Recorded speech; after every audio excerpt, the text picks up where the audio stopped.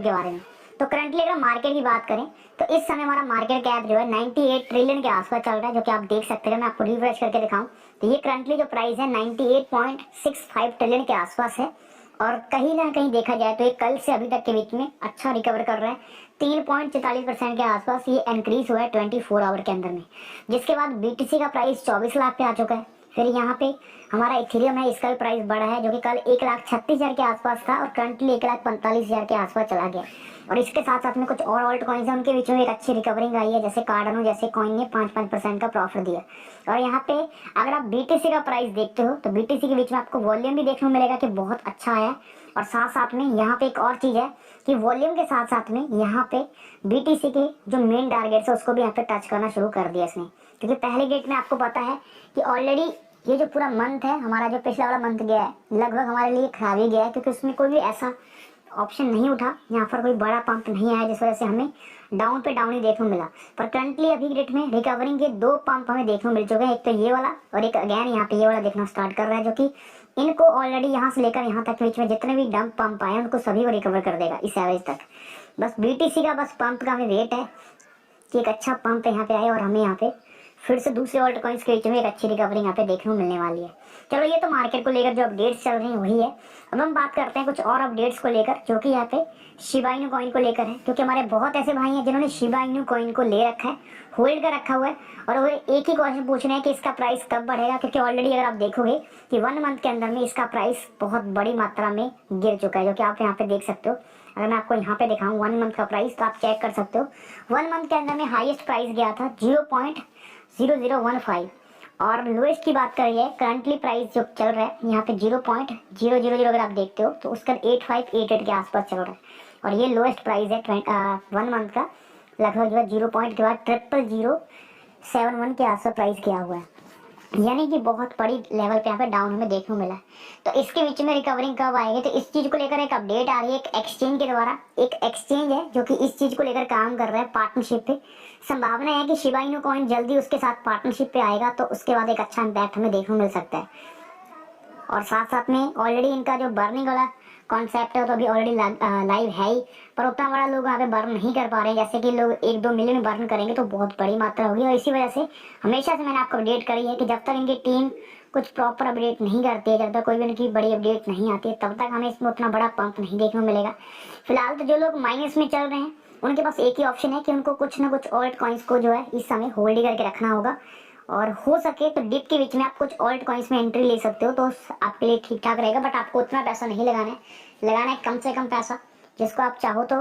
देखा जाए तो कुछ दिन अगर आप होल्ड भी करो तो कोई दिक्कत वाली बात ना हो, क्योंकि यहाँ पे एक संभावना ज़्यादा है कि आने वाले दिनों के बीच में शिबा एक अच्छा पंप हमें दे सकता है, क्योंकि ऑलरेडी बहुत दिनों से कोई बड़ा पंप नहीं आया, कोई बड़ी एक बैकअप हमें इसमें नहीं देखने को मिली है। तो संभावना है कि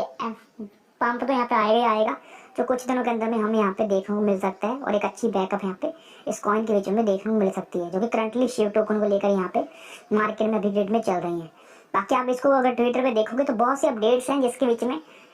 अगर मतलब इसके पंप को बहुत सी अपडेट्स आ रही हैं, जैसे मैं आपको यहाँ पे दिखाता हूँ, ये चीज़ें आप चेक करो, जो कि आप यहाँ पे देख सकते हैं। शिवा को लेकर बुलिश के जो सेंटीमेंट हैं ज़्यादातर आ रहे हैं, जो कि कुछ लोग इसको प्रेडिक्ट भी कर रहे हैं, जैसे कि आप देख सकते हैं। और शिव को लेकर कुछ वेबसाइट्स और यार कुछ न्यूज़ चैनल्स पे भी पोस्ट करा गया है, और साथ साथ में शिव टोकन का जो मेन लोगों का मोटिव था कि इसका प्राइस एक अच्छी लेवल पे हमें देखने को मिले, तो उस चीज़ से भी हमें बराबर लोग वेट कर रहे हैं, क्योंकि लोगों को बहुत बड़ी लेवल पे यहाँ पे डाउन फ्लो उनको देखने को मिला। तो शिवरियम जो है इस समय बराबर इस चीज़ के लिए बर्न कर रहा है, और उस वजह से इसमें एक अच्छा में पंप यहाँ पे जो है देखने को मिलने वाला है। बट उतना अभी तक जो है मैं आपको पहले ही बोल चुका हूँ कि ये छोटा मोटा पंप हमारे काम का नहीं है। इससे बड़ी मात्रा में ये है कि अगर इनकी टीम बर्न करती है तो ही हमें उससे बेनिफिट होगा, क्योंकि वो ट्रिलियन में अगर क्वांटिटी बर्न होती है तो हमें इसमें बहुत बड़ी मात्रा में पंप देखने को मिलेगा, और मिलियन बराबर हमें इसमें कोई फर्क नहीं पड़ने वाला है, क्योंकि क्वांटिटी बहुत ज़्यादा है। और इस वजह से इन्होंने दे तो दिया, जो कि यहाँ पे उतना बड़ा हमें कह सकते हो कि उतना उससे कोई फर्क नहीं पड़ेगा। बट कहीं ना कहीं जो है कुछ प्रेडिक्शन यहाँ पे आ रही है कि शिवा का प्राइस अगेन यहाँ पे बढ़ेगा, और जैसे बढ़ता ही चल रहा है, और हाईएस्ट गया था एक वीक के अंदर में 102 ट्रिलियन के आसपास। तो साफ अगर आप देखोगे तो 7 के आसपास आपको यहाँ पे डाउन देखने को मिल रहा है मार्केट के बीच में। और बीटीसी का प्राइस करंटली जो है 23,12,000 के आसपास चल रहा है, और यहाँ पे अगर आप देखते हो प्राइस की बात, तो प्राइस सेम ही चल रहा है, उसी एवरेज के आसपास। BTC की प्राइस के बीच में ज़्यादा कोई इम्पैक्ट नहीं पड़ा, जो यहाँ पे हमें 30,000 से 28 के बीच में बराबर ट्रेड कर रहे हैं, कभी 29 पे, कभी 30 पे, कभी 28 पे, जो कि आप करंटली देख सकते हैं। फिर से 29.30 के आसपास अभी चल रहा है BTC का प्राइस करंटली। आज के डेट के बीच में जो वीडियो शूट कर रहा हूँ 8:15 पे, इस समय BTC का प्राइस इस एवरेज के आसपास हमें देखने को मिल रहा है, और यहाँ पे अभी भी रेड जोन के बीच में है। तो यहाँ पे करंटली तो यही चीज़ें चल रही हैं। अब हम बात करते हैं सबसे पहले नेक्स्ट अपडेट को लेकर, जो कि एक न्यू टॉपिक है, और हमारे बहुत भाई हैं जिन्होंने इस चीज़ के बारे में पूछा है कि भाई क्या इंडिया के बीच में अगर हम P2P यूज़ करके किसी से भी पेमेंट्स अपने बैंक में लेते हैं, सेविंग बैंक में लेते हैं, तो क्या हमारा सेविंग बैंक अकाउंट बैन हो जाएगा, बंद हो जाएगा, या फिर हमें उस पर कोई जुर्माना या फिर हमें कोई जेल यहाँ पे हो सकती है। तो ऐसे में दोस्तों अभी तक P2P यूज़ करने के लिए कोई भी गवर्नमेंट की तरफ से रूल रेगुलेशन नहीं है कि आपको गवर्नमेंट बोलेगा कि आप P2P यूज़ करते हैं तो आपको यहाँ पे अकाउंट बंद हो जाएगा, ऐसा हो जाएगा, वैसा हो जाएगा, ऐसा कुछ भी नहीं है। बट आपको यहाँ पे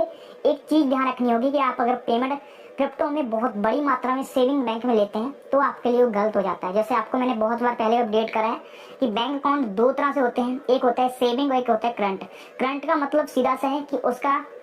आप मीनिंग ये समझ सकते हो कि उसको आप तभी यूज़ कर सकते हो जब आप कोई बिजनेस करते हैं। यानी करंट के लिए आप अगर कोई बिजनेस करते हैं तो आपको पर डे पेमेंट आती रहती है। जैसे आपने किसी से 1 लाख ले लिया, किसी से 2 लाख ले लिया, 3 लाख ले लिया, 4 लाख ले लिया, तो ये पैसा आपका करंट में आता रहेगा। तो गवर्नमेंट को और ना ही बैंक वालों को आप पे कोई संदेह जाएगा, यानी क्योंकि वो उस बना ही सिर्फ इसीलिए है कि उस पर पेमेंट ही सिर्फ इन्हीं वजह से आती है, यानी करंट अकाउंट पे पेमेंट आती है। पर अगर आप सेविंग अकाउंट यूज़ कर रहे हैं तो सेविंग अकाउंट का जो मीनिंग है या फिर उसको जो बनाया गया था वो सिर्फ इसीलिए बनाया गया था क्योंकि यूजर्स जो है अपना मनी या फिर अपना जो पैसा है सेविंग बैंक पे रख दें, और उसके बाद उनको एक उस पर इंटरेस्ट मिलेगा, और आपको करंट पे कोई इंटरेस्ट नहीं मिलता है। और इस वजह से भी गवर्नमेंट जो भी लोग हैं उतना उस पर फोकस नहीं करते क्योंकि वो बिजनेसमैनों के लिए होता है।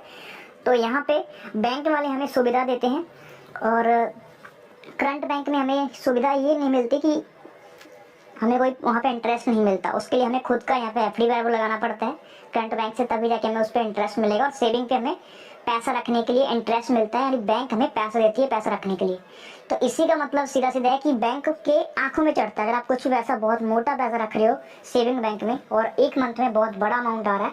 तो जाके आपका अकाउंट जो है कभी कभी फ्रीज कर दिया जाता है, ब्लॉक कर दिया जाता है, और आपको बैंक में बुलाया जाता है कि हाँ भी आप यहाँ आइए एक बार, और आपसे पूछा जा सकता है कि आपके अकाउंट में ये जो पैसे आ रहे हैं किस जगह से आ रहे हैं और क्यों आ रहे हैं, और आप क्या काम कर रहे हो, ये आपसे क्वेश्चन पूछा जाएगा। अगर आप हर एक क्वेश्चन का आंसर आराम से दे दोगे, क्वेश्चन में सिंपल यही पूछेगा कि पैसा कहाँ से है, तो आप उसको बोल सकते हो कि मैं बाइनेंस पे P2P किया था, मैंने अपने क्रिप्टो करेंसी सेल करे और ये पैसा मेरे बैंक में आया है। और उसके बाद वो आपसे एक बार भी नहीं बोलेगा कि क्यों आया, यहाँ पे नहीं आया,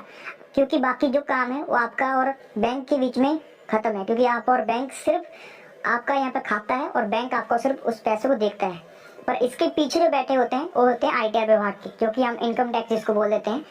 वही हमें पूछ सकते हैं बहुत अच्छे से क्वेश्चन कि हाँ भाई आप इस पर टैक्स फाइल करो, या फिर अगर आपने टैक्स नहीं भरा है तो आप टैक्स भरो इस पैसे पे। तो ये चीज़ें हैं सिर्फ इनकम टैक्स ऑफिसर आपसे ज़्यादातर पूछ सकते हैं, पर सेविंग बैंक अकाउंट वाले या फिर आपको कोई बैंक वाले ब्रांच वाले वो आपको इतना ज़्यादा कुछ नहीं पूछेंगे, क्योंकि आपका पैसा है, आप चाहो तो उसको जब मर्जी यूज़ कर सकते हैं, जब मर्जी आप उसमें ले सकते हैं। बट अगर अनऑफिशियली पेमेंट अगर आपके बैंक में आती है और बहुत बड़ी मात्रा में आती है, तो फिर जाके आपको बैंक में बुलाया जा सकता है और आपका अकाउंट फ्रीज या फिर ब्लॉक किया जाएगा, और आपको उसके बाद कुछ क्वेश्चन के आंसर देने होंगे। अगर आप आंसर दे देते तो आपका अकाउंट अनब्लॉक हो जाएगा। अभी ये मैं आपको बहुत देर से जो आपको अपडेट कर रहा हूँ, आपको भी थोड़ी सी बकवास की तरह लग रही होगी, बट अगर इसको आप देखोगे तो ही कुछ लोगों के साथ ऐसा हो रहा है। तो इसके लिए ये जो अकाउंट मैंने देखा, जिन जिन लोगों को ऐसा ब्लॉक हुआ या फिर उनको बैंक में बुलाया गया, तो सिर्फ इसलिए बुलाया गया क्योंकि वो बहुत बड़ी मात्रा में क्रिप्टो से बाय और सेल कर रहे थे। बड़ी सेल का मतलब साफ साफ आप देखे होंगे, बाइनेंस पे P2P करवाते हैं